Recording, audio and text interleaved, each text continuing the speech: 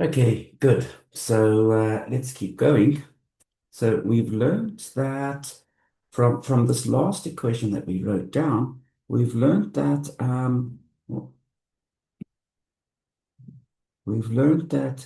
d dot zeta, if you take any two derivatives of d dot zeta, it vanishes. So this tells us that the d dot zeta is at most linear in X. Okay, so that's great. We've really learned a lot. So if we were to write down what does d dot zeta look like, well, d dot zeta would have to be, it's some term linear in X plus a constant. Now, that sign there is not so obvious why I picked that sign. I've chosen it for later convenience. And now I'm going to put here 2b dot x. So that's my linear in X term. And by b dot x, I mean the usual thing. I've got a sum b alpha,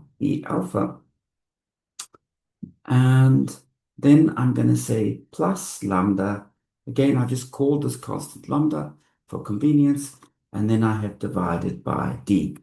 Now, the dividing by d is perhaps a little bit easier to appreciate because what you can see from my conformal killing vector equation is d dot zeta appears divided by d.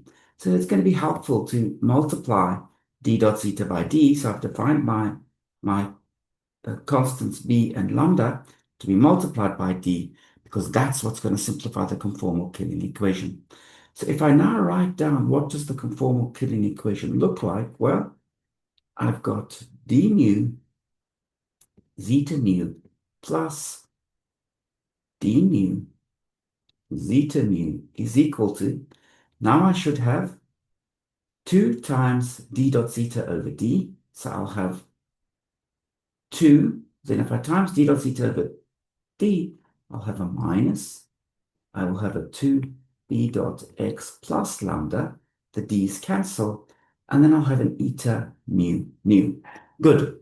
So that's the conformal killing vector just rewritten using what we've just learned about d dot zeta.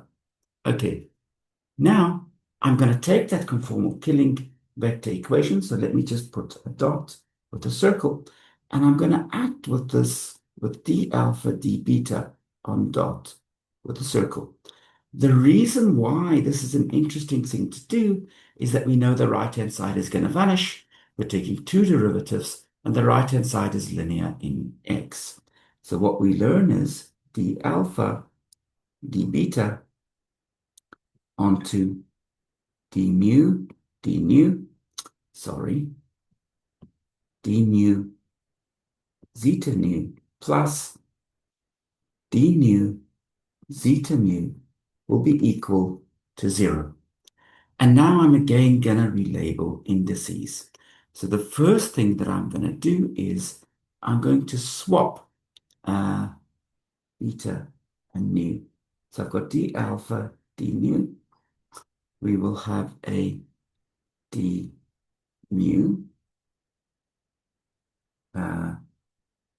zeta beta plus, and now we will have d beta zeta mu is equal to 0. So all that I did was I swapped beta and nu. And now we will write another equation obtained by swapping, let's see, mu and beta. Yes, we'll swap mu and beta. So this will become d mu, then we will have d beta zeta mu plus d mu zeta beta is equal to 0. So the first equation came from taking two derivatives of the killing vector equation with our knowledge of d dot zeta in it, and then we've just relabeled indices, okay? So let me maybe just to track what we did. So to get the first equation, we swapped mu and beta, so the alpha and the mu indices have stayed exactly where they are. And in this, to get the third equation, we swapped mu and beta, okay? So this should be straightforward. This is equation 1. This is equation 2, and this is equation 3. Now, notice something. So we're repeating logic that should, by now, be very familiar. If you look at this term and this term, we've got d alpha, d beta, d mu on zeta mu on both of those terms, if you use the fact that partial derivatives commute. Also look at this term and this term. Both of those are d alpha, d beta, d mu on zeta mu.